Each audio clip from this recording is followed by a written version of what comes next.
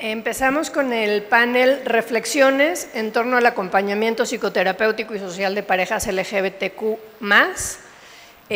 Nos va a ayudar a moderar la mesa nuestra queridísima Maribel Nájera. Es psicóloga por la UNAM, maestra en terapia familiar por el ILEF, doctora en ciencias sociales con especialidad en estudios de la mujer y relaciones de género por la UAM Xochimilco, y tiene más de 30 años de experiencia docente y clínica. Hace 5 años es la directora de la clínica ampliada del ILEF. Muchas gracias, Maribel. Les dejo este micrófono. Está brutal el sonido. Bueno, buenos días. Es un gusto estar en este panel moderándolo. Pero sobre todo ha sido un honor y una gran responsabilidad estar al frente de la clínica ampliada del ILEF, que es uno de los pilares del ILEF en el trabajo a la comunidad, en donde siempre los temas comunitarios, el tema de violencia, el tema de la diversidad familiar y este gran tema son para nosotros muy importantes porque están alineados con los derechos humanos y con un enfoque social que nuestros fundadores siempre estuvieron muy persistentes y atentos y han logrado muchas generaciones con este enfoque. Entonces, pues es un gran honor estar aquí en este evento y con este gran tema y con estos grandes especialistas. Muchas gracias por estar aquí. Bueno, voy a presentar a los expositores, decía aquí Rebeca, a los que se van a exponer también, como dijo ella, siguiendo su sugerencia. Voy a decir lo más importante de su currículum. Si alguien de ustedes quiere decir algo más que sea muy importante, adelante. Pero entonces vamos a empezar con el doctor Carlos Alberto Hernández Guzmán. Él es médico cirujano y maestro en salud pública y es el actual director del programa especial de sexualidad, salud y VIH, adscrito a la primera visitaduría general de la Comisión Nacional de los Derechos Humanos, nuestra aliada y también patrocinadora de este evento, desde donde se realizan acciones de protección y defensa, promoción, estudio y divulgación y observancias de los derechos humanos de personas LGBTTI y más. Entonces empezamos con él. Muchas gracias, buen día. Gracias por esta invitación, gracias a todas las personas que nos acompañan.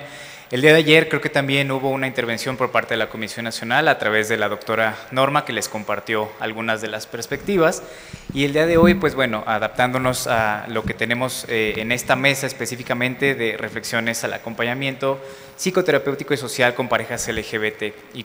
Bien, realmente desde la Comisión Nacional pues también ha existido esta preocupación e interés por los grupos de atención prioritaria, que son estos grupos específicos a los cuales hay que dotarles de más herramientas por ciertas características específicas que se tienen. En ese sentido, bueno, las personas LGBTTI+, pues han tenido una serie de violaciones a derechos humanos de manera sistemática y de manera histórica, y ante esa preocupación, pues se han creado diferentes espacios o grupos dentro de la Comisión Nacional para atenderlos. Uno de ellos, pues es el programa al cual estoy adscrito, que es el Programa Especial de Sexualidad, Salud y VIH. En este programa se relaciona con diferentes temáticas, como es salud en general de estos grupos, las personas que viven con VIH y las personas LGBTTI. Para esto, bueno, la Comisión Nacional tiene diferentes atribuciones y mecanismos y atribuciones específicas por ley, como mencioné, a los cuales somos competentes ante violaciones a derechos humanos cometidas por entes federales únicamente. Esto es importante destacarlo, porque a su vez cada estado tiene su propia comisión estatal de derechos humanos y nosotros a nivel federal pues somos competentes únicamente ante estas violaciones.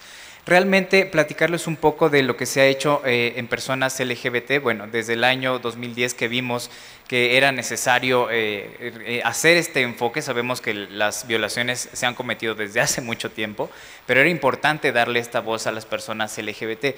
Por un lado, la Comisión Nacional tiene una parte, lo voy a dividir en dos, una parte reactiva y una parte preventiva. La parte reactiva es cuando una persona se queja de que ha tenido una violación a sus derechos humanos por una persona servidora pública, interpone una queja entre nosotros. ¿Y qué es lo que principalmente nos llega en personas LGBT? Cuestiones de discriminación, cuestiones de despido injustificado laboral, cuestiones de que alguna persona a lo mejor no le están dando su pensión, su cotización, porque vive con una persona de su mismo sexo, y esas son ante los cuales la Comisión Nacional tiene facultades y atribuciones para analizar la queja.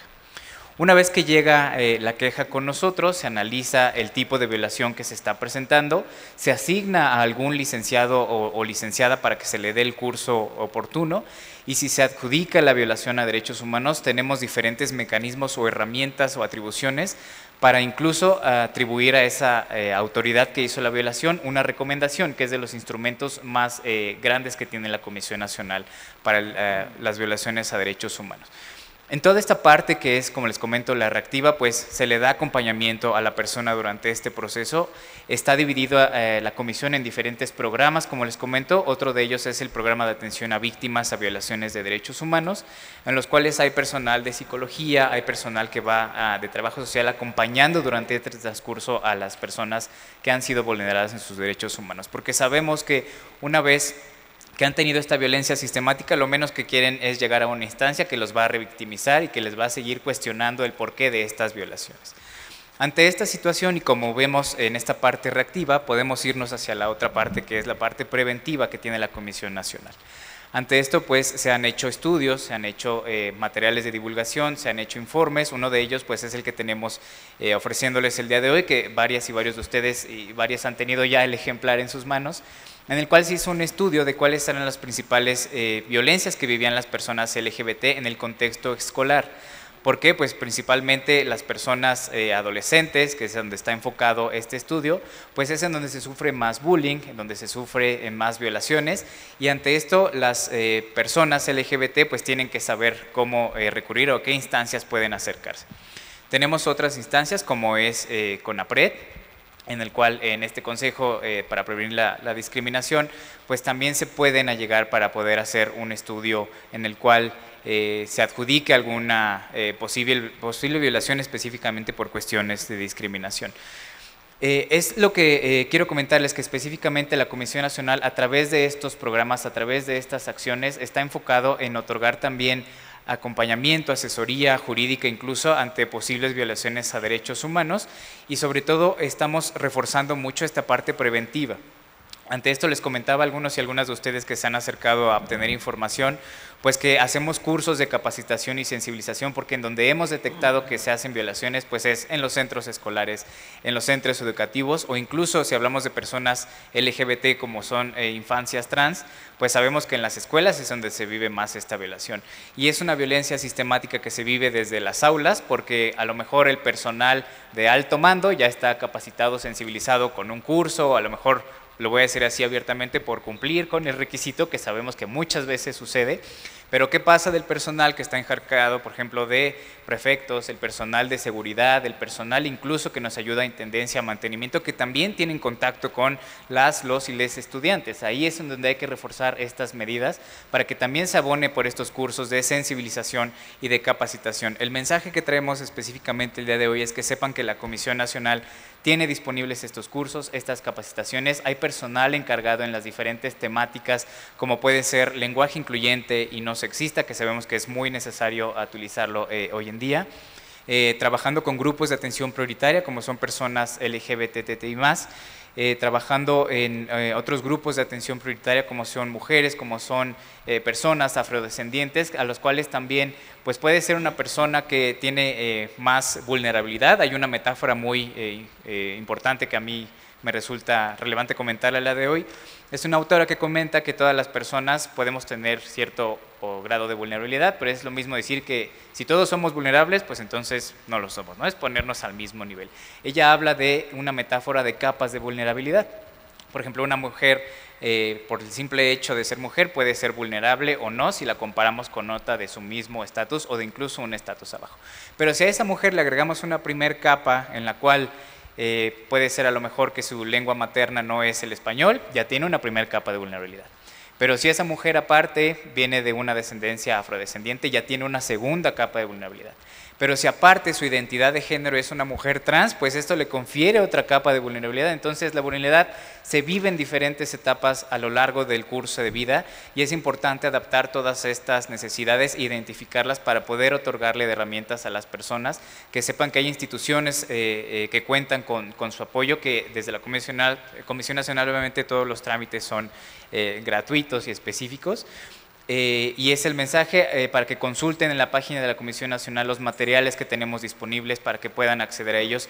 Todos son de acceso gratuito y si están interesadas en acercarse para obtener algún curso o preguntar por los cuales tenemos disponibles, estamos en la mejor disposición y disponibilidad. Creo que ya me queda un poquito de tiempo, un minuto. Okay. Tenemos todavía más ejemplares del libro por si alguien no alcanzó o si quieren llevarse más, son de libre distribución para que puedan hacer este estudio y este análisis. Es un primer acercamiento y queremos trabajar para ahora compararlo por cómo se vivió en el curso de la pandemia. Sabemos que muchas cosas cambiaron y muchas cuestiones enfocadas en salud mental de las personas LGBT se vieron afectadas y se vieron mermadas, pero estamos haciendo estos análisis y estas investigaciones para poder ofrecer las mejores herramientas disponibles para todas y todos ustedes. Creo que en 10 minutos teníamos mucho por comentar, pero adaptamos el tiempo para que se pueda contar con las demás participaciones de los y les panelistas. Muchas gracias por acompañar el de panel con nosotros el día de hoy. Muchas gracias, Carlos Alberto. Y yo creo que este tema de la vulnerabilidad pues, es muy importante tenerlo muy presente en todos los niveles, ¿no? A nivel institucional y social y por supuesto el terapéutico, ¿no? Muchas gracias. Vamos a seguir con la presentación de Hugo Gómez, que es muy conocido por nosotros, es aliado del ILEF y sobre todo de este taller que ha sido muy difundido en todas sus redes sociales y que tuvo una gran aceptación. Bueno, Hugo es psicólogo egresado de la FES Iztacala por la UNAM y tiene la maestría en terapia familiar egresado de Crisol. Él es integrante y cofundador de la comunidad Mariposa, Diálogos sobre Género, y bueno, tiene muchos trabajos en docencia y supervisión, y bueno, si él quiere decir algo más, pues está abierto. Muchas gracias. Darle las gracias, Maribel, y a las personas del ILEF que nos convocan y que me convocan para un evento de esta magnitud, donde nos reunimos, de las pocas ocasiones en las que nos reunimos las y los terapeutas familiares a visibilizar nuestras historias y nuestras vulnerabilidades como personas LGBT. Y al respecto hay un montón de cosas por decir. Decía el doctor, en 10 minutos, claro, es que no nos alcanza para mucho. Y aunado a lo que Maribel comentaba y el doctor comentaba de la vulnerabilidad, me parece que allí hay un tema súper interesante que es poner nuestras vulnerabilidades al centro del diálogo. Y sobre eso también quisiera yo mencionar, no solamente en términos técnicos de terapia como qué hacer, ¿saben? Porque creo que desde nuestras experiencias narrativas o nuestras experiencias dialógicas o integrativas incluso, podríamos hacer uso de la creatividad terapéutica, de la curiosidad terapéutica y de la expertise o la creatividad terapéutica como para rellenar el diálogo. Allí, pues cada uno de nosotros tenemos nuestro estilo y nuestras filiaciones teóricas. Más bien quisiera compartirles algunas de las cosas que como terapeuta familiar y de parejas gay, he venido recogiendo, las experiencias que he venido recogiendo. Realmente la terapia de pareja nunca había sido algo que tú dijeras, wow, cómo me encanta, cómo me llama la atención. No, nunca. El tema de la terapia de pareja en la maestría me dio como mucha flojera y entonces, bueno, pasé el semestre y el módulo porque ñoño, pero nunca me había traído como tal la terapia de pareja. Después mi maestra, la doctora Isabel Cepeda Cuj, mi gran maestra y amiga, mariposa monarca, me decía, querido, te voy a mandar una pareja porque yo, Isabel, no me mandes parejas, me da un poco de hueva el tema de la pareja, esto del amor romántico, que ahí se ve muy claramente, no sé cómo, me decía, oye, ¿y no te has preguntado cómo hacer terapia cuestionando todo eso justamente? Entonces dije, pues sí, pero no quiero. Y me dijo, pues te jodes, ahí te van tus primeras parejas. Y las primeras parejas que llegaron fueron parejas heterosexuales. No vamos a discriminar a los heterosexuales. Son bienvenidas y bienvenidos los heterosexuales. Soy bastante heterofriendly en ese sentido. Incluyo a los heterosexuales, no se me sientan mal. Pero fue hasta que yo pude trabajar con parejas gay que dije, ok, creo que aquí puedo tener postura y creo que aquí, no solamente postura teórica, sino creo que aquí me resuenan cosas. Y luego llega el tema del diálogo interno del terapeuta por mediación de lo dialógico, que Gerardo, que sabemos que es como la piedra angular en lo dialógico en el país, y empezar a compartir con Isabel en el equipo de Mariposa, en la supervisión de Mariposa, el diálogo interno de la persona terapeuta cuando trabaja con parejas gay. Ahí fue otra experiencia y digamos, ahí empezó el drama gay, porque es empezar a ver cómo estoy situado en el tema de la pareja, cómo estoy situado también en el tema de lo amoroso y cómo estoy situado con las particularidades que vivimos las personas homosexuales, los hombres gay. Y al respecto traigo algunas ideas que pongo a su consideración. Hablar de las parejas gay es hablar, sí, en efecto, de las particularidades contextuales que nos atraviesan. No podemos y no debemos pensar en primera instancia que la terapia de pareja con hombres gay es exactamente igual que la terapia de pareja con personas heterosexuales. Las mujeres lesbianas en pareja tienen particularidades muy precisas también. Se enfrentan a la lesbomisoginia que enfrentan las mujeres y las mujeres lesbianas. Lesbomisoginia es un término que estoy incorporando y aprendiendo por la maestra, mi compañera y colega, gran amiga Sofía Bautista, de Oaxaca para el Mundo. Entonces no voy a hablar como de lo que viven las parejas de mujeres lesbianas, sino un poco de las parejas gay. El primero es el aspecto generacional, el grupo generacional. Es importante, para mí me es importante situar las edades de las parejas que me consultan, y allí hay como varias cosas por compartir. La primera es las experiencias particulares, contextuales, de las parejas que tienen o que tenemos más de 40 años, porque yo sé que me veo de 30, hermana, pero pues no, la verdad es que pasandito los 40 me sitúo, ¿no? Estoy a mes y medio de cumplir 43 años, entonces eso ya me sitúa en el contexto y en el diálogo terapéutico en un modo distinto con los contemporáneos a con las personas que tienen 20 o con las personas que tienen 30 y sus experiencias amorosas. Al respecto de las primeras, las particularidades de las parejas de 40 años, bueno, sí vienen, sí vamos a terapia por nuestros dilemas de pareja, por nuestras relaciones de pareja, por nuestros estilos de comunicación, por nuestras crisis de la mediana edad, porque sí somos jotos y también tenemos crisis jota de la mediana edad. Y nuestras narrativas referentes al closet, es importante decir que quienes nacimos en los 80s, 70s, 90s, quizá un poco la onda millennial, la vivencia del closet y la salida del closet es distinta para las generaciones actuales. Entonces, visibilizar nuestras experiencias emocionales, mentales, identitarias en la vivencia del closet en los 90s, por ejemplo. Salir del closet en los 90s, salir del closet en los 80s era un momento distinto. No teníamos estos eventos, no teníamos este privilegio. Quienes salimos del closet o quienes nos sabíamos gays en los 80s o en los 90s, nos enfrentamos a mucha menos información y a muchos menos referentes de lo que significaba ser un hombre homosexual.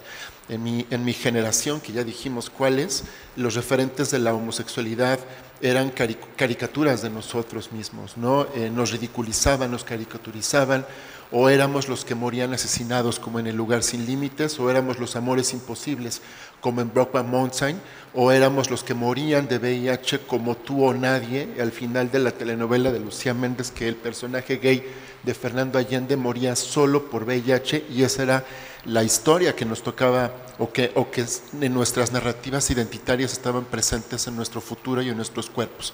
Hoy las cosas han cambiado, pero precisamente para mí como terapeuta de pareja es importante ver el momento de vida de las personas que me están consultando.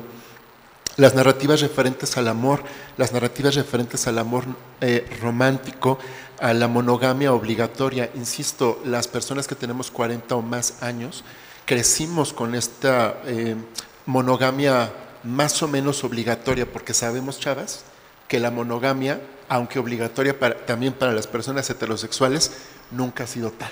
Y no nos hagamos, nunca ha sido tal. Uno como joto la vive un poquito más abierta, ¿no? Y la gente heterosexual ya se está flexibilizando, bendito sea Dios. Pero sí crecimos con esta idea judio-cristiana de la monogamia obligatoria. Entonces, esa es una narrativa que también se va filtrando en la terapia de pareja. Y ahora las personas que tenemos 40 años o más nos estamos enfrentando a las relaciones no monógamas, que si bien sabemos que han existido a lo largo de la historia, más socializadas, más visibilizadas y con mayor permisividad, eso nos pone en un modo distinto, en una situación distinta cuando hacemos pareja. Parejas que tienen menos de 40 años, parejas que tienen menos de 30 años, el tema generacional también es importante. Ha habido un cierto cambio. Salir del closet en los 90s, salir del closet en los 2000s, les ha puesto, no sé, la chavita, les ha puesto a las juventudes en momentos distintos, ¿eh? La vivencia del closet es distinta y también se van incorporando estas configuraciones relacionales no monógamas con mayor facilidad, ¿me dejan ponerlo así? Con mayor facilidad en las generaciones jóvenes. Los asuntos del poliamor, de las relaciones abiertas, de los tríos sexuales o de las compañías sexuales, donde es importante los límites, los acuerdos, todo esto de lo relacional y lo que tendremos que poner si queremos tener una pareja abierta, está allí presente, ¿no? Ahora, como terapeuta también de pareja, ¿qué hacemos? ¿Qué hago? ¿Cuál sería mi invitación?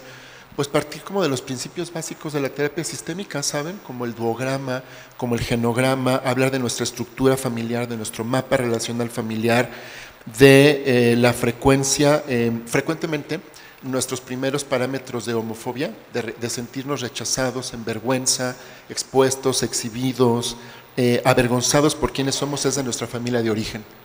Y me parece que es importantísimo hablar de la familia de origen en términos de genograma, no solamente el rol, no solamente lo minuchiano, que está bien chido, sino también cómo nos fue en nuestra familia de origen en términos de homofobia y en términos de closet. Rapidísimo, también nuestra orientación sexual y nuestra expresión de género construyó en nosotros un cuerpo emocional, huellas emocionales y un cuerpo emocional, y las experiencias tempranas con el bullying, por ejemplo, en las escuelas, van sumando a nuestras narrativas una idea de la vida, una idea del futuro, una idea del presente, una idea de yo, una idea del amor. El tema identitario de la narrativa ahí está puesto. Y me parece que es importante cruzarlo por las experiencias de homofobia que hemos vivido, porque estas experiencias tempranas o medianitas van generando en nosotros memorias emocionales, huellas emocionales, desde las cuales vamos y buscamos el mejor modo de hacer pareja. Entonces tienen sentido nuestros estilos de apego evitativo, ansioso, dependiente, porque se traduce, se materializa, todas estas experiencias se materializan en formas de relacionarnos y de encontrarnos con el otro. ¿Qué vienen a buscar las parejas gay a terapia? Pues lo que muchas parejas van a buscar, que es la experiencia de ser amados. De las experiencias más maravillosas que podemos tener en la vida es el amor, y de las experiencias más catastróficas es el desamor, y lo vivimos de manera particular, porque en la experiencia de buscar el amor, de mantenernos en el amor o de vivir el desamor, se vivifican o se reeditan esas experiencias tempranas o medianas que tenemos referentes al amor, a nosotros mismos, a la vergüenza, a la exposición, a la dependencia, ¿saben? Entonces, quiero cerrar rápidamente diciendo que hay como un montón de cosas que mencionar en el tema. ¿Cómo llegamos a eso? Pregunten. Pregunten. Lo que hacemos en terapia es preguntar. Hagamos preguntas, pero la pregunta tiene una intención. Y si la intención es joder o seguir callando nuestras historias, pues no pregunten nada, cambien de terapeuta. Pero la intención de la pregunta, voy a escucharme categórico quizá y no me importa, la intención de la pregunta debe ser visibilizar nuestras historias, porque el patriarcado heterosexual ha callado nuestras historias y las sigue callando, y estamos hasta la madre de eso. Nuestras historias de amor como hombres gay cuentan. Pregunten cómo nos sentimos en el closet, pregunten cómo nos sentimos si nuestra pareja es VIH positivo, pregunten cómo se sienten si la pareja es VIH positivo lo sabe su familia, lo saben sus amigos, qué dijo su familia, qué dicen sus amigos, qué dicen sus hijos. Pregunten por cómo nos sentimos.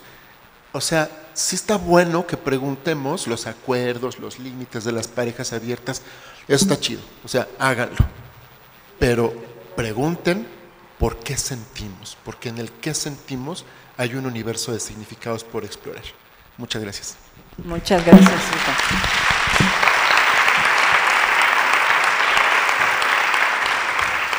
Muchas gracias a Hugo Gómez. Me parece que nos ayudó a centrar las preguntas que ya nos hacía, que ya no las dije con tanta emoción. Que es si hay diferencia en el acompañamiento de parejas gays o parejas lesbianas o parejas transgénero y qué herramientas han sido más útiles. Bueno, yo creo que Hugo abordó desde su perspectiva lo que quería compartirnos y muchas gracias. Y le damos, vamos a presentar a la doctora Rebeca Aramoni. Ella es psicoanalista, fue directora del IMPAC. Ha trabajado por más de 20 años con parejas lesbianas, homosexuales, transexuales, poliamorosas, no binarias, heterosexuales y hoy pertenece al Grupo Internacional de Trabajo con Adolescentes de la IFPS. Muchas gracias, Rebeca. Muchas gracias. Agradezco profundamente este encuentro porque lo considero de primera necesidad. Ningún niño o niña tiene que renunciar a ser quien se es, a sus sueños, a su realización como persona, a su identificación, por razones de intolerancia, irracionalidad, ignorancia o prejuicio y narcisismo de las figuras parentales. En mi experiencia trabajando con parejas lesbianas y parejas con mujeres trans, podría resumir quizás los conflictos a la neurosis individual, a la propia transfobia o homofobia incorporada socialmente, a la educación recibida llena de prejuicios, de represión y de culpa, por no ser el hijo o la hija esperada. El trabajo en el consultorio está relacionado prácticamente con una intervención terciaria, porque hay que exorcizar las culpas y todas las distorsiones incorporadas desde la infancia. El miedo a la locura, la identificación con algo monstruoso, la sexualidad y el deseo penalizado, por la falta del derecho al placer y al disfrute, al contacto con el otro y consigo mismo o misma. Sabemos a lo largo de la historia el sufrimiento implicado en las historias infantiles de bullying por cualquier diferencia de raza, apariencia, de religión. En las parejas que yo he tenido la suerte de tratar y trabajar con ellas, han sido diferencias interesantes. Dos mujeres absolutamente contestatarias, solidarias, activistas, con dos hijes. Y un fenómeno muy interesante que ocurrió fue que de repente empezaron a hacer las cosas alternadas, o sea, al revés, pues. Le pusieron a la niña un nombre de hombre, al niño un nombre de mujer. Había una situación como desbordada porque fueran tan absolutamente libres para escoger que estaban neutralizando la posibilidad de que ellos se movieran libremente. Entonces, a lo largo del trabajo, lo primero que brincó fue que estaban muertas de miedo, primero que pasaran los hijos por esto, o los hijes por esto. Por otro lado, muy protegidos en términos de la escuela donde iban a estar insertados y con toda la angustia y esta situación proyectiva entre la discriminación, la situación de rechazo, en fin. Entonces, eso fue interesante como una de las cosas que brincó notablemente en una pareja. Las otras parejas han sido parejas jóvenes, trans. Yo no he tenido ninguna pareja adulta como esta que presentó Jan, lo cual me parece muy relevante porque son condiciones completamente distintas, donde las parejas han funcionado porque la pareja en transición ha sido perfectamente bienvenida con la otra pareja. Incluso en la transición aparecieron miedos muy pertinentes de lo que iba a pasar socialmente y sobre todo de la amenaza que tiene que ver este asunto físico de violencia, de agresión, de no aceptación, en fin, a lo que están sujetos en este sentido. Esto podríamos profundizar después si hay preguntas o comentarios o críticas, muy bienvenidas.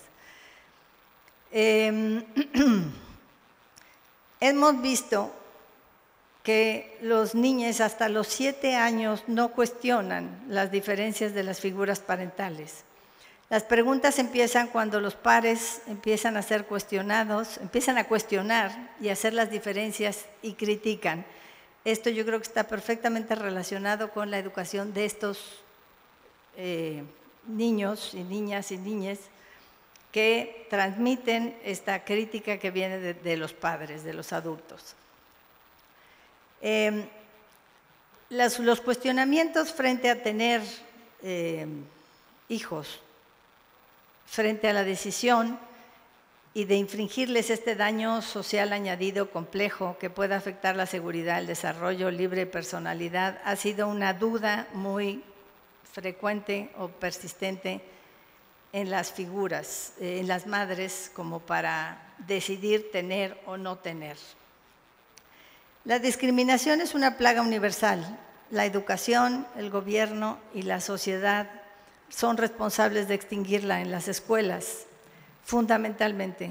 O sea, no se ha conseguido que se enfrente como corresponde esta aceptación y que los colegios se muevan amorosamente en todos estos terrenos para la aceptación de cualquier niño, niña o niñe. La enorme frustración que esto representa no quiere decir que se excluyan otros tantos motivos históricos de rechazo y maltrato y discriminación, pero en este rubro es jugarse la vida.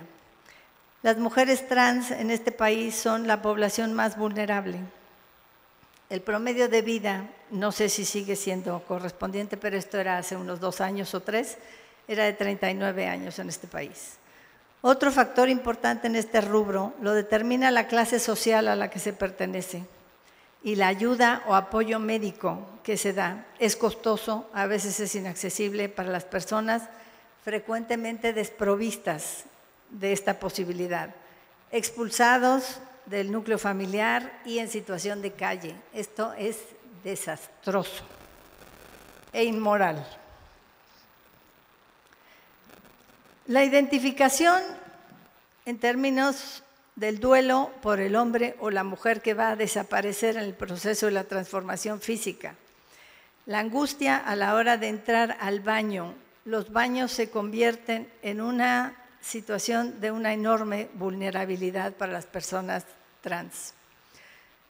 Hay algunas veces que entre los niños una reacción muy defensiva en términos del proceso de supervivencia, que es un mecanismo hipermasculino o hiperfemenino. Son reacciones en las que para poder subsistir en el núcleo familiar pasan a veces por este proceso, lo cual es terriblemente frustrante porque no consiguen nunca esta situación egosintónica en la que ellos puedan ser quienes son, por supuesto. El trabajo personal para extinguir los prejuicios, la propia homofobia y la transfobia es algo que por respeto a las personas se tiene que resolver y poner en un lugar cómodo. Si esto se consigue, esto ya es el psicoterapeuta el que está trabajando con esto. Si no se consigue poner en un lugar cómodo y resolver esto, no se puede trabajar con ellos, no se debe trabajar con ellos. Esto es algo que me parece de respeto indispensable. Si uno no puede controlar sus propios fantasmas y demonios, no puede acompañar a nadie en ese sentido. En mi trabajo con parejas lesbianas, homosexuales y transexuales y chicos trans y chicas trans. Ha sido un camino nuevo. No en el trabajo de la neurosis, sino en el trabajo, en la parte diagnóstica, en función de la estructura yoica y fortaleza y soporte de la persona.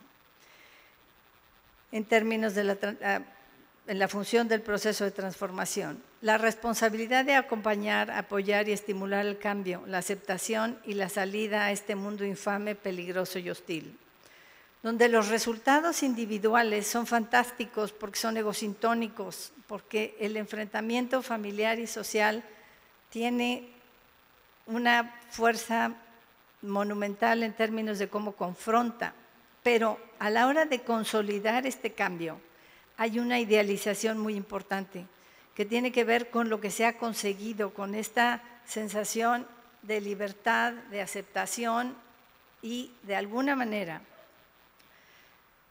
cómo acompañarlos, que se vuelve difícil y complicado, a esta salida donde realmente está idealizada la aceptación de fuera. Y entonces se vuelve una complicación importante con la realidad a la que se representa, a la que se expone. La responsabilidad que tenemos para acompañar a estas personas es enorme, pero sin la familia y la sociedad que los cache y proteja y respete, es un trabajo burbuja el que hacemos.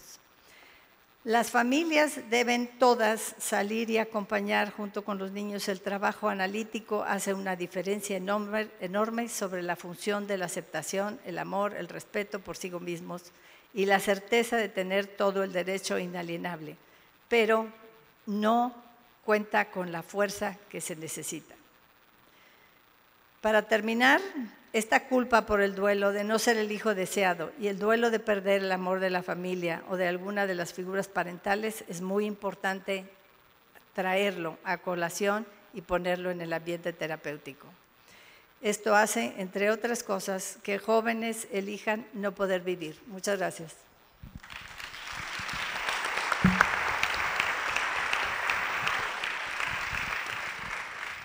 Muchas gracias, Rebeca. Yo creo que este trabajo que has hecho, pues ya que habitamos en el mismo edificio, podemos intercambiar todas estas experiencias y que se pueden enriquecer.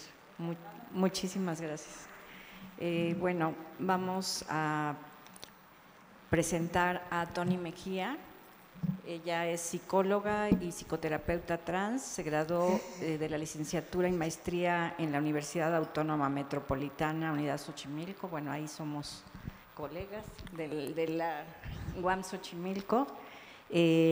Posee más de 15 años de experiencia en temas LGBTI+, y es fundadora de Casas de los Afectos, Centro de Sanación Emocional LGBTI, y recientemente es autora de un libro, Cómo amar a un hombre trans, que está en venta aquí afuera, también lo pueden consultar, y muchas gracias por tu presencia y participación.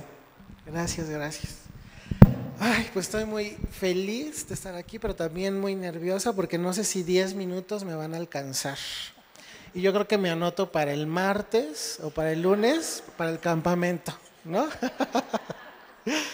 Bueno, el día de hoy les quiero platicar cuáles son las herramientas y los recursos que yo he utilizado para acompañar a los hombres trans y a sus parejas. En mi práctica profesional he tenido la oportunidad de trabajar con personas LGBT en organizaciones civiles. Yo llegué a un lugar una organización que me acogió, bien acogida, y pude crecer ahí. Llegué a coordinar todos los talleres de la organización, pero eso como por el 2012.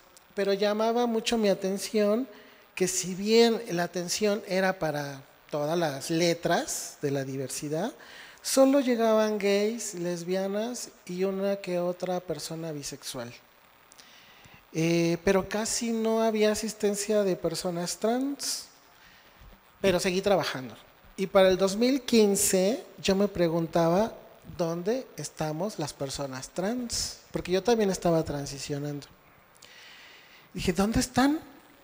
pero desafortunadamente en la institución no tenía esa suficiente libertad para poder explorar esa población. Así que decidí comenzar mi propio proyecto y lo nombré Casa de los Afectos. Entonces comencé a trabajar con población general y poco a poco ir trabajando con personas trans. Y más específicamente con hombres trans. ¿Por qué? De acuerdo a mi formación académica y todo lo que yo ya había revisado, había mucho trabajo sobre mujeres trans. Y yo nuevamente me preguntaba, ¿dónde están los hombres trans? ¿Dónde están? No los encontraba. Y empecé a hacer talleres, a armar convocatoria para que pudieran asistir pues, a mi espacio terapéutico. Aquí hay unas fotitos. Y trabajaba de manera individual, pero también de manera grupal. Y los talleres eran para hacer frente a la transfobia interna, relacional y social. Sobre todo trabajar la autopercepción corporal y una reflexión sobre la construcción de la identidad masculina. O sea, quiero ser hombre, soy hombre, me llevo como hombre, pero ¿cómo voy a construir eso? Y además de esos temas, el súper tema que salía con el trabajo con hombres trans, ¿cuál creen que era? El amor y el desamor, ¿no?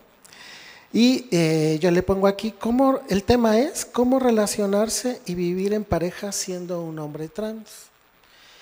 Y claro, yo me había centrado mucho en la experiencia trans individual y lo que vivíamos en los grupos, pero no estaba mirando a sus parejas. Y nuevamente, siempre me hago preguntas. ¿Dónde están las parejas de hombres trans? Y yo estaba así, ¿no? En el consultorio, en el grupo, trabajando con los hombres, ¿no? Y claro, las parejas estaban allá afuera, en la sala de espera del consultorio, tomando café, ¿no? Pues ahí están, ¿no? ¿Quién trabaja con ellas? ¿Quién les ha preguntado cómo se sienten y qué necesitan? Y pues dije, entré en shock, ¿no? Decidí entonces ir en busca de aquellas mujeres y me lancé a la comunidad. Rompí las fronteras de mi consultorio y encontré a Jauría Trans, que fue un centro comunitario y cultural de y para personas trans. Ahí ya sesionaba un grupo de pares de hombres trans, que se llamaba en ese entonces Transmasculinidades MX. Y ahí voy, ¿no? A trabajar con los hombres trans, así muy mona. Y llego al centro cultural y justamente las parejas estaban en el pasillo, esperando a que salieran los hombres trans de sesión. Y dije, aquí están, ¿no? Entonces comencé con una colaboración en el centro y ahí creé el grupo Amor y Transición, pensado exclusivamente para las parejas de hombres trans. En nuestro contexto existen grupos de pares y acompañamiento familiar que trabajan temas generales, pero casi siempre centrados en la persona que transiciona. ¿Por qué estás aquí? Porque mi hijo transicionó. ¿Por qué estás aquí? Porque mi pareja es un hombre trans, es una mujer trans. Sí, pero ¿qué pasa contigo, no? Muchas veces esos espacios a las personas se les forma y se les informa para acompañar la transición de su pareja. Pero ¿quién acompaña de quien acompaña? Y yo dije, no puede ser. Y empecé aquí el trabajo con las chicas que fueron o son y han continuado una relación con un hombre trans. De repente hacíamos sesiones donde invitábamos a las parejas para hablar de temas importantes.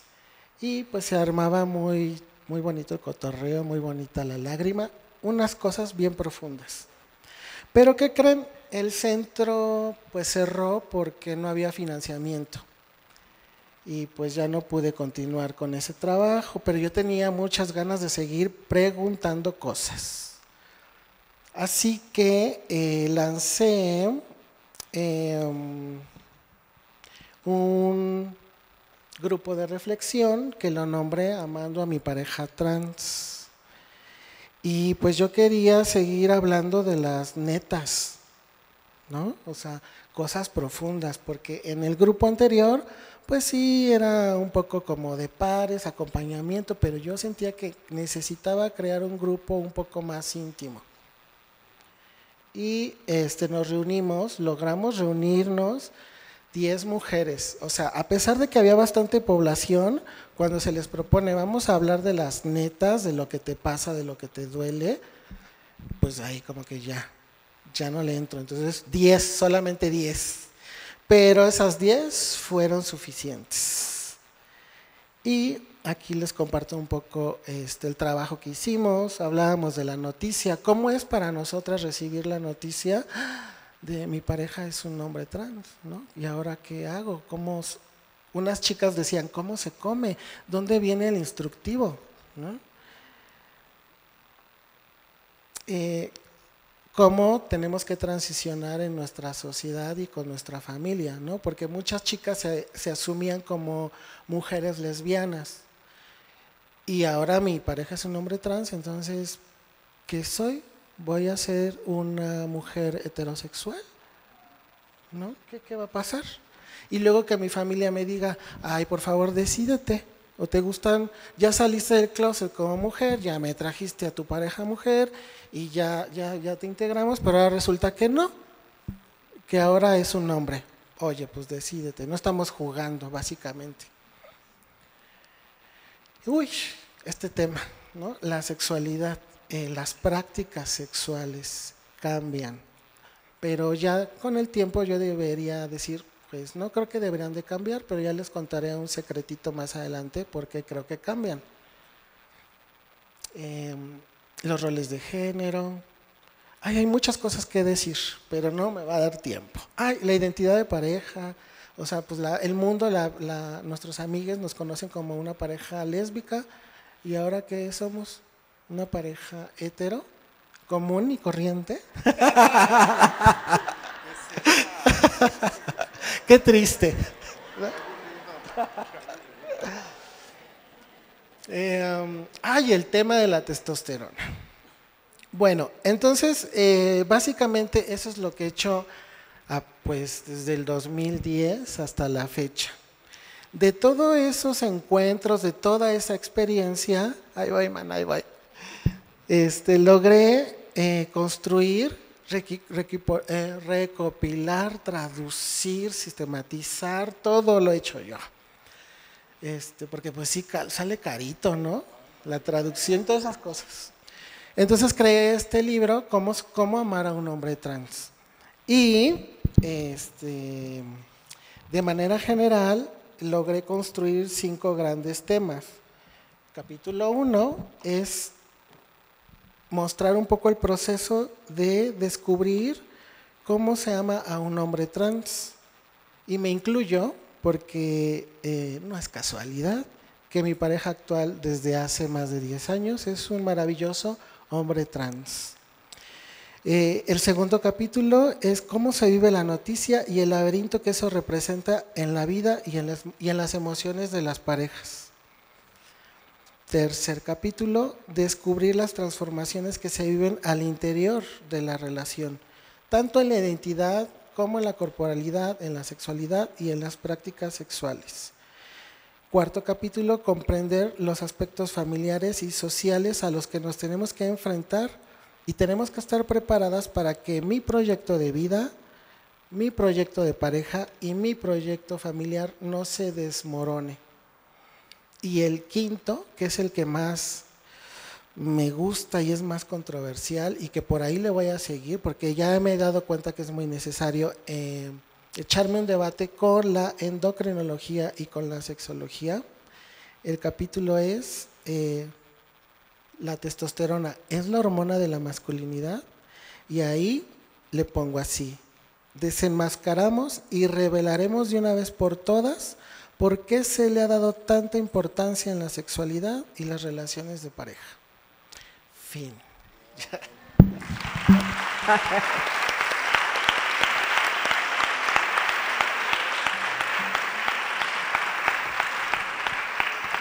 Muchas gracias, Tony. Bueno, como no solo nos dejó picadas y picados. Es que me dieron 10 minutos. Exacto, ahí está su libro y entonces pueden develar ciertas curiosidades y intereses. Bueno, muchas gracias a todos los panelistas. Ha sido en 10 minutos el gran reto de poder traducir su gran experiencia. Lamento que solo tengamos ese tiempo, pero bueno, necesitamos seguir con el taller y no quedarnos en sleeping bag ya al sábado y al domingo y al lunes. Pero bueno, Jean, si tú quisieras comentar algo de este panel para dialogar con los... Sure. Quiero agradecerles a todos por estar aquí y compartir el trabajo de sus vidas con nosotros. Me siento muy mal de que solo tuvieran 10 minutos, porque es la obra de su vida. Así que estoy muy agradecido por el hecho de que estén dispuestos a ser breves. Quiero reflexionar en un par de cosas que aprendí de ustedes. Primero, Carlos. Yo aprecio las competencias que tiene la comisión y que pueda darle seguimiento a la gente proactiva y reactivamente ante las grandes injusticias. Tengo preguntas sobre cómo la gente puede encontrarlos, porque si no son profesionales, ¿cómo pueden encontrarlas? Quizá puedas regresar a eso. Y también la idea de las capas de la vulnerabilidad es muy importante. Hablamos mucho de la vulnerabilidad emocionalmente, pero las capas de la vulnerabilidad social y cómo los terapeutas pueden darle legitimidad a eso. Eso va a ser muy importante. Hugo, aprendí de ti. Supe de ti desde hace muchos años. Me encanta tu humor y tu autenticidad. Y me encanta que dices, yo no quiero trabajar con el amor. No quiero trabajar con las parejas y desamor porque es muy difícil. Es muy, muy difícil. Eso es hermoso. Pero también aprecio que hablaste de las diferencias generacionales y cómo nos tomamos el tiempo para hacer el genograma, escuchar la historia social de cada pareja y qué historias de amor estamos contando, qué historias de amor no hemos podido contar porque por las maneras en que nos han silenciado en los 70s, los 80, los 90, antes y después. Así que también quiero saber más de Sofía sobre la lesbomisoginia. Entiendo la homofobia y misoginia internalizadas que las parejas de mujeres sufren. Rebeca, me encantó la idea de no ser el hijo esperado y tener que experimentar eso toda tu vida para liberarte de las expectativas de nuestros padres. Y también cómo no nos limitamos a ese dolor y a ese trauma, porque también podemos caer en la victimización. Así que es una disyuntiva hermosa. Creo que también hablaste del legado del trauma para los padres LGBTQ y más, la sanación que sucede en nuestras vidas, la sanación que sucede en la pareja, la sanación y que sucede en nuestros hijos y en nosotros, y también el trauma, cómo podemos dar nuestra sabiduría, nuestro gozo, nuestra creatividad, pero también la transmisión de cómo tememos como padres LGBTQ de transmitir este trauma. Así que me pareció muy conmovedor. Tony, me alegra tanto que estés aquí y me voy a quedar contigo, o más bien junto a ti. Me encanta tu liderazgo, me encanta que has creado y que has observado, que existe y que no existe. ¿Dónde estamos? ¿Dónde está la gente trans, los hombres trans y las relaciones trans? ¿Dónde están las parejas? Me encantó que sigas buscando quién está aquí, quién no está aquí, porque sabes que están aquí y debemos visibilizarlos.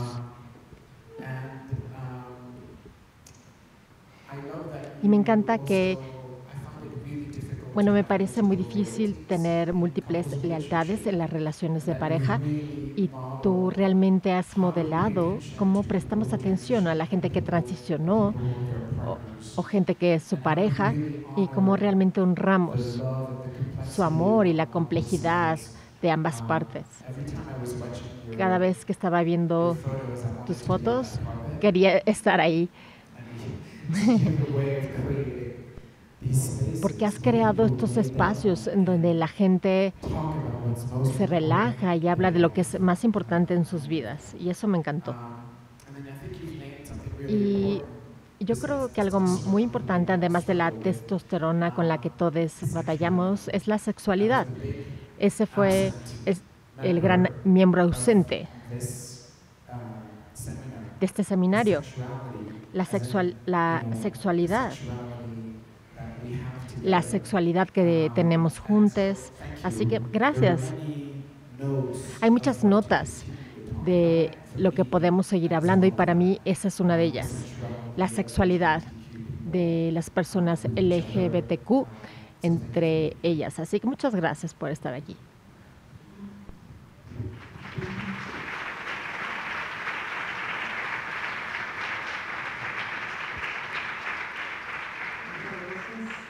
Thank you very much. We have time for 10 minutes.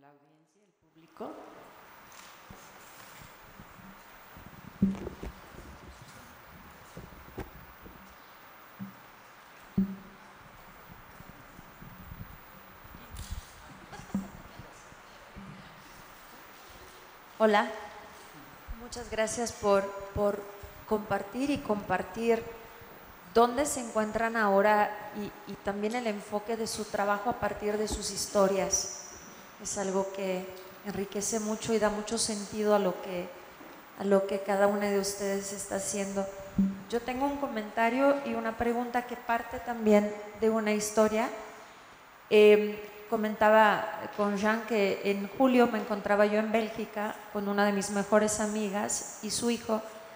Ella está casada en segundas nupcias con una mujer, viven en Holanda, son holandesas y el comentario es justo con respecto a lo último que comentaste, Jean, los issues, las cuestiones que tienen que ver con la sexualidad que ellas han enfrentado como pareja, en un comentario que ella me dijo donde, digamos, hace rato hablábamos de las expectativas con respecto a monogamia o no, expectativas y diferentes momentos en este encuentro como pareja. En una de esas mi amiga me comentó, es que yo creo que no soy suficientemente lesbiana, por eso no siento el deseo que siente mi pareja hacia mí y evidentemente me hace reflexionar más acerca de cuánta diversidad existe en una pareja, en este caso de dos mujeres y qué recursos, sí, y qué posibilidad y cómo deconstruir esta idea de que solo nosotras podemos tener relaciones íntimas o sexo entre nosotras. Hablar un poquito de estas posibilidades, ¿no? De estas, sí, explorar posibilidades mientras ellas estén dispuestas, obviamente, a hacerlo. Es el comentario. Y la pregunta es, cuando ellas decidieron ser madres, estando en Ámsterdam, en Holanda, en ese momento les proveyeron de un equipo de profesionistas que las acompañaron y antes del procedimiento médico como tal, tuvieron asesoría legal, evidentemente un recorrido psicológico donde también fueron cuestionadas evidentemente con respecto a esta decisión.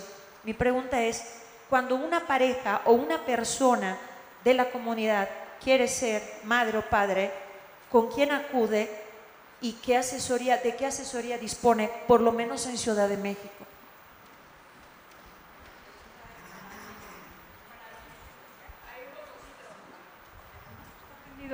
Ya. ¿Es para alguien del panel en especial?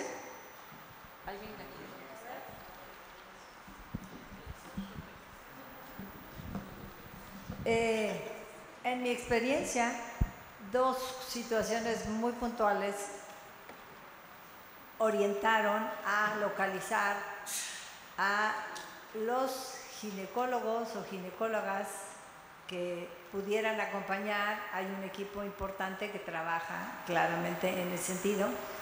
Había una pareja que estaba en transición y la mujer no se podía embarazar. Entonces la pareja en transición paró la transición, se embarazó, parió y después regresó a transicionar. Esto fue todo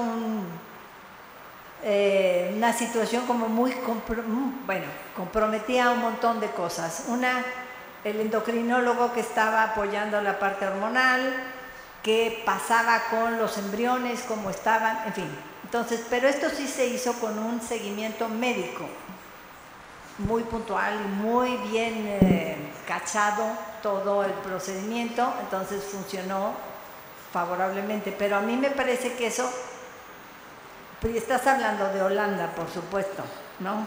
Gracias. Aquí estamos como, me parece que tenemos los recursos de los que son solidarios, interesados, no, por supuesto, homofóbicos, ni transfóbicos, ni nada que se le parezca, ni nada fóbico, y que sean solidarios en ese sentido. Entonces yo creo que es muy importante que tengas un equipo a la hora de estar trabajando, así como tu psiquiatra acompaña, me parece que son equipos integrales. A mí me ha tocado acompañar parejas gay que deciden ser padres por medio de la adopción. Hay por ahí un tema controversial con el vientre subrogado y me uno más a las posturas feministas que a las posturas gay friendly al respecto. En mi acompañamiento, bueno, el sistema, el DIF, por ejemplo, organizaciones de la sociedad civil y asociaciones civiles, cualquiera de estas tres u otras instancias les van a pedir a fuerza acompañamiento psicológico tanto para la adopción como cualquier otra pareja heterosexual, ¿no? Como cualquier otra pareja que quiera adoptar, tiene el acompañamiento psicológico legal también, y ahí me parece que el trabajo es filtrar de homofobia por estos temas de que los niños, el Frente Nacional de la Familia, sus tías del Frente Nacional de la Familia que opinan que con los niños y estos asuntos hay que ir filtrando de homofobia también.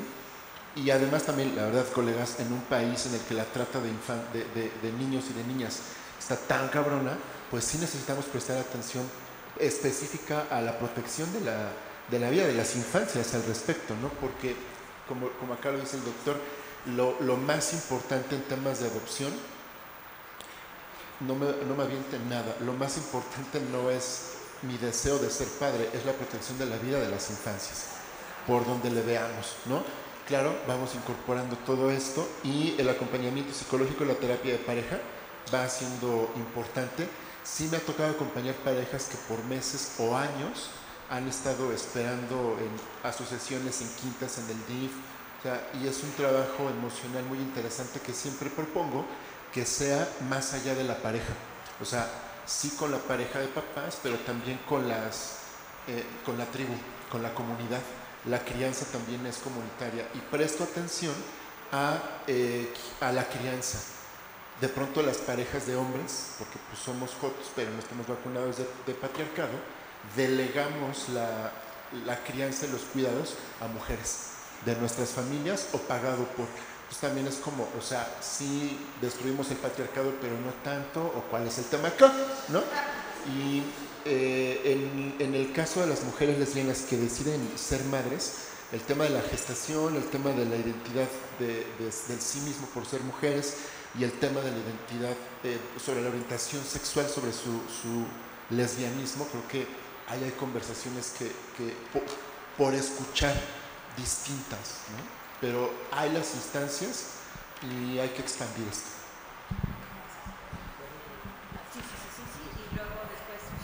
Quizá complementando un poquito la respuesta a esta pregunta, desafortunadamente en México todavía no está armonizado, vamos a decir, legalmente, esta cuestión de que el término que han utilizado como maternidad subrogada, útero subrogado o gestación subrogada, que son a veces sinónimos, solamente en 2 estados, que es en Tabasco y en Sinaloa, se han armonizado estas leyes para que las personas puedan acceder a este tipo de mecanismos y poder tener un hijo o hija por este tipo de mecanismos. Sin embargo, hay algunos otros estados que no han armonizado todavía sus leyes y sin embargo siempre se ha procurado, como bien dijeron en la intervención anterior, el interés superior de la niñez, porque se ha prestado mucho a que personas pues utilicen estos mecanismos para hacer una especie de trata, o incluso personas extranjeras vienen a México porque como aquí en México no tenemos legalizado bien nada, aprovechan a mujeres en situación de vulnerabilidad que se prestan para trata, para que las mujeres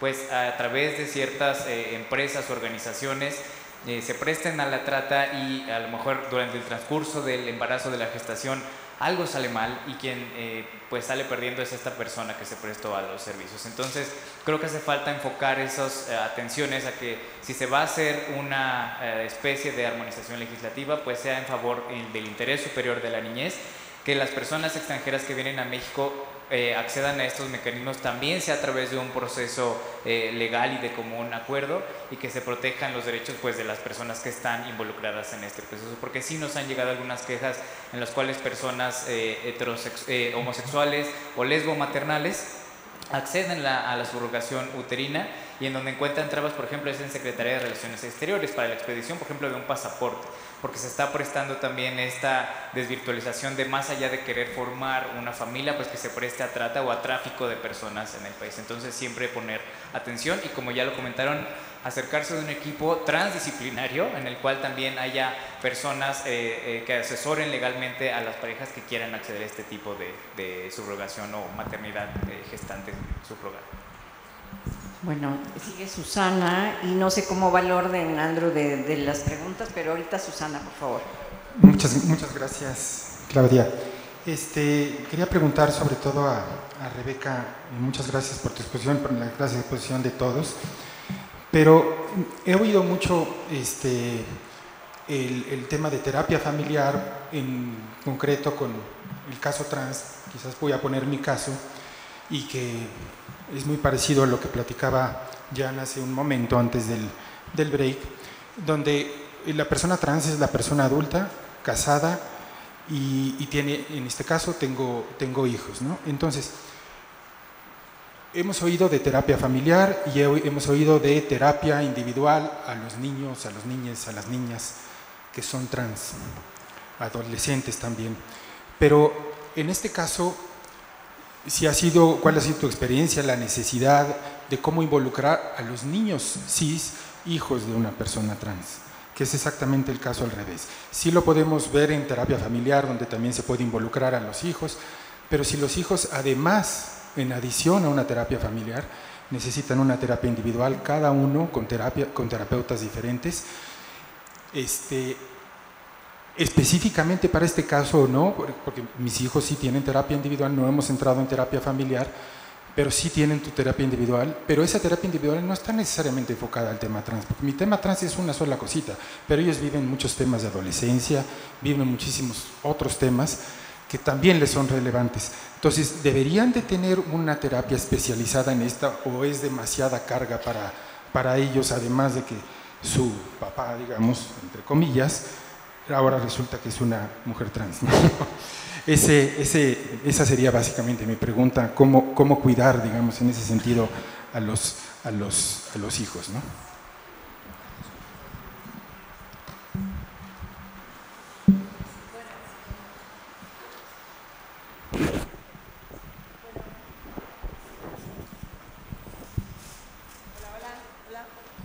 Hola. Bueno, a mí me parece que es muy importante entender psicodinámicamente qué pasa con los niños. O sea, en un entorno, digamos, donde las figuras están heteronormadas y son muy claras como las identificaciones, entonces el proceso es de deconstrucción y de flexibilizar a estas otras maneras de identificarse con la misma y propia flexibilidad. Pero depende de las edades, depende mucho de las edades de los niños, porque de cómo están insertados en la escuela, cómo se sienten socialmente. Esto tiene que ser como valorado desde el punto de vista de las necesidades sociales de aceptación, porque muchas veces impacta por ahí. Entonces, la terapia individual a mí me parece que es absolutamente importante, pero combinada con la parte familiar, por supuesto.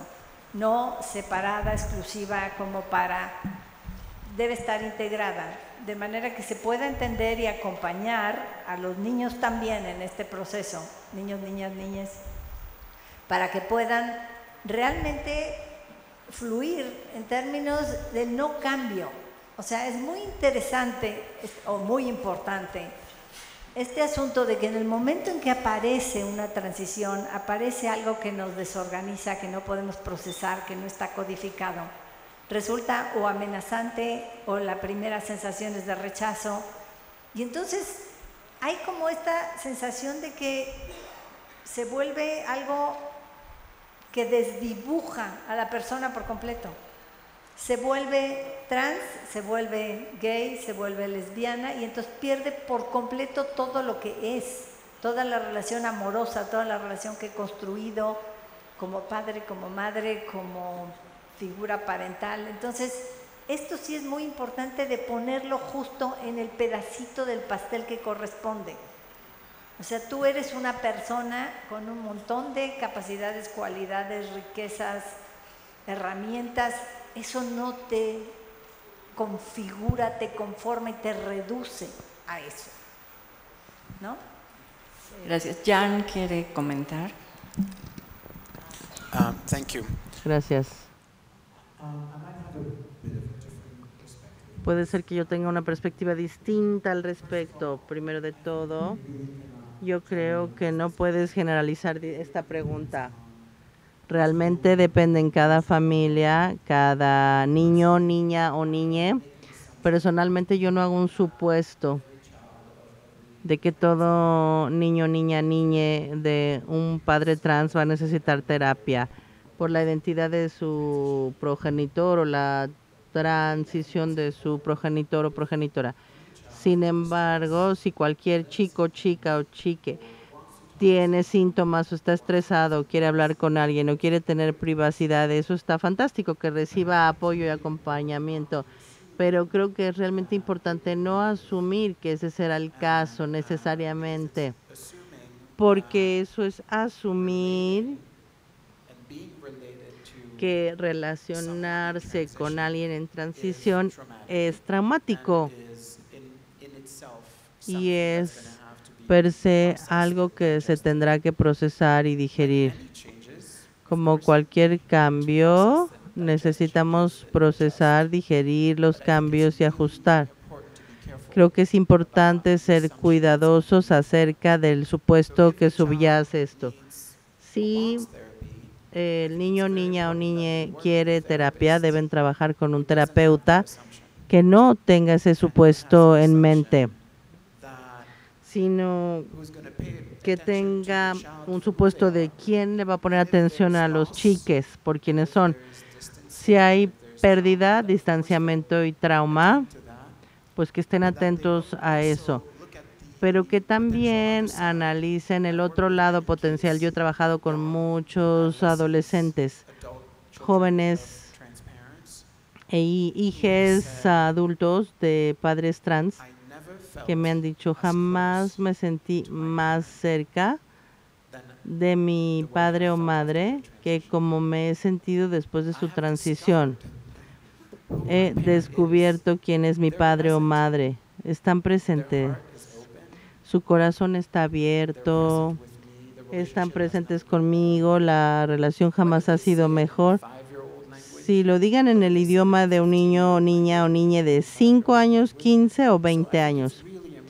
Creo que realmente es importante que el terapeuta familiar o individual pueda hablar de esta complejidad y entenderla. Y como dije antes, todo depende del sistema, de cómo la familia lo esté manejando, si el otro padre o madre lo está manejando, cómo se da la transición como familia.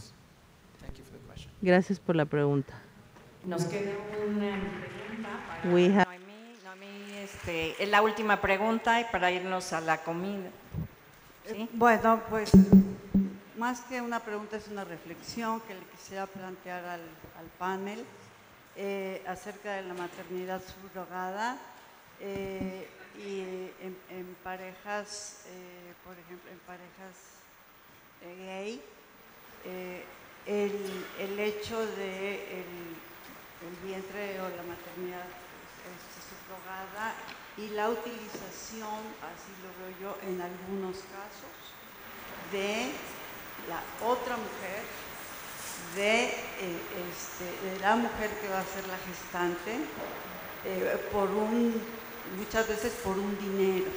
O sea, es hacerla o verla otra vez como un objeto sexual y no respetar sus derechos sobre su cuerpo, sobre su decisión, sino aprovecharse de sus necesidades económicas y de esta vulnerabilidad que la atraviesa en este momento a ella.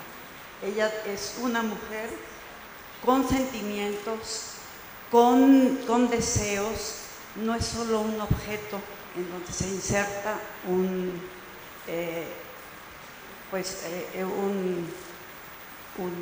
feto, un embrión. Es una persona. Y creo que en la legislación, y me dirijo al de derechos humanos, sé que ahí hay unos vacíos enormes, y que se está viendo el derecho de las infancias maravillosamente, pero los derechos de las mujeres, ¿dónde quedan? Solamente como reflexión. Bueno, pues muchas gracias. Gracias a todos los panelistas, a Jan, por esta magnífica conversación. Sabemos que hay mucho interés por el diálogo, pero tenemos que ir a comer y ver a la familia en vivo. Muchas gracias.